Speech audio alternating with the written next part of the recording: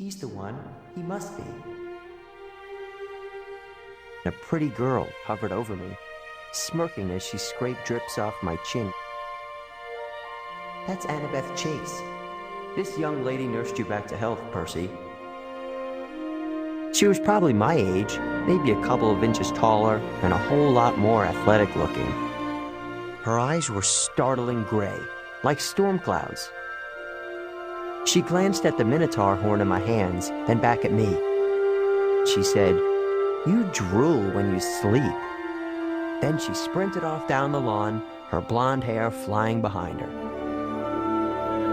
Athena is no fan of Poseidon, but if you're gonna save the world, I'm the best person to keep you from messing up, seaweed brain. If you do say so yourself.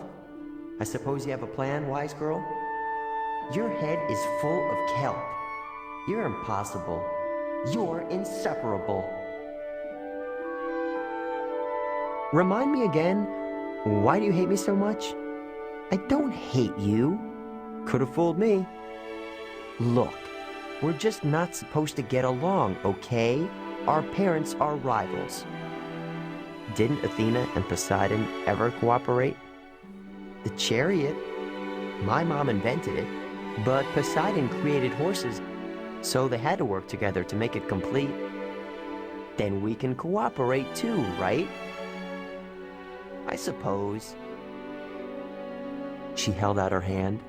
I shook it. Take care, seaweed brain. Keep your eyes open. You too, wise girl. I opened my notebook and stared at the photo inside. My friend Annabeth. Every once in a while, I'd look at it just to remind myself she was real. Remember Circe's Island? You made a cute guinea pig. And Waterland? How you got us thrown off that ride? I got us thrown off? That was totally your fault. Despite our occasional fights, we'd been through a lot together. We'd fought together so many times we knew each other's moves. Thank you for rescuing me. Hey, no big deal. We're friends. You didn't believe I was dead? Never. Most of the time, we couldn't get through a conversation without trying to strangle each other. Still, just seeing her made me feel fuzzy in the head. I thought of a different time last summer, under Mount St. Helens, when Annabeth thought I was gonna die, and she kissed me. Why did you take that knife? You would have done the same for me. It was true. I guess we both knew it. When I was at the River Styx, I had to concentrate on one thing that kept me anchored to the world. Then, up on Olympus, when they wanted to make me a god and stuff, I kept thinking. Anyone in particular?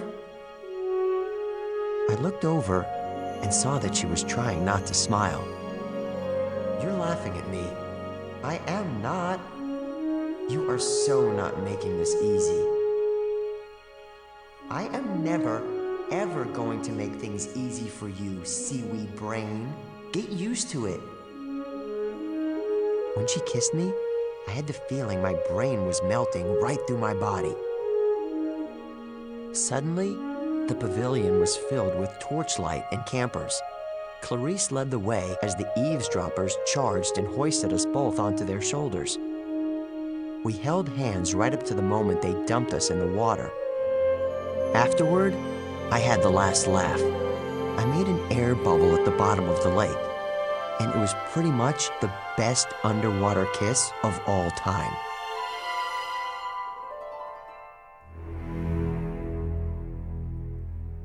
We were so excited because we both started winter break early. It was going to be great. After the campfire, he kissed me goodnight. And in the morning, he was gone.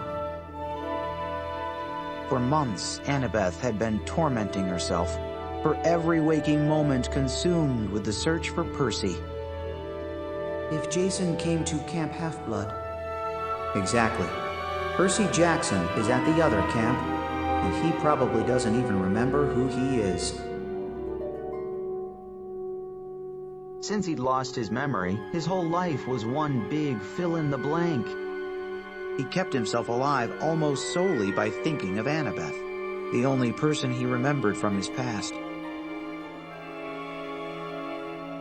Percy smiled at her. That sarcastic troublemaker smile that had annoyed her for years but eventually had become endearing. His sea-green eyes were as gorgeous as she remembered. Annabeth didn't mean to, but she surged forward. Percy rushed toward her at the same time. They kissed, and for a moment, nothing else mattered. An asteroid could have hit the planet and wiped out all life, and Annabeth wouldn't have cared. Seaweed brain, she thought giddily. Annabeth flipped him over her shoulder. She pushed her forearm against his throat. "If you ever leave me again, I swear to all the gods." Percy had the nerve to laugh. "Consider me warned. I missed you too. We're staying together. You're not getting away from me. Never again. As long as we're together."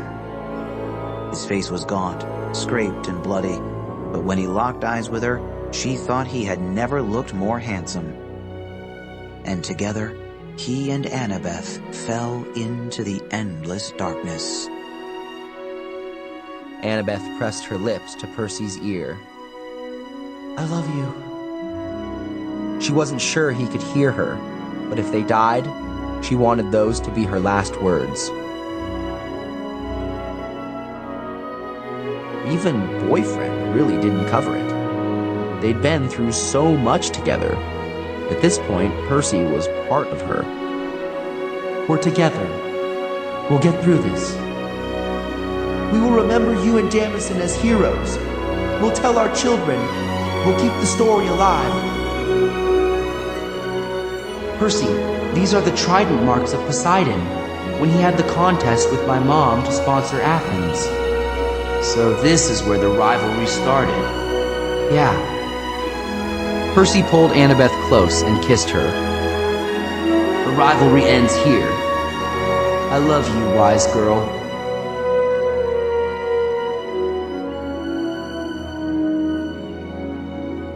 We're going to spend our senior year together. And after graduation, college in New Rome. 4 years with no monsters to fight, no battles, no stupid prophecies. Just me and Annabeth getting our degrees. And after that, well, Raina and Frank said we could live in New Rome as long as we like.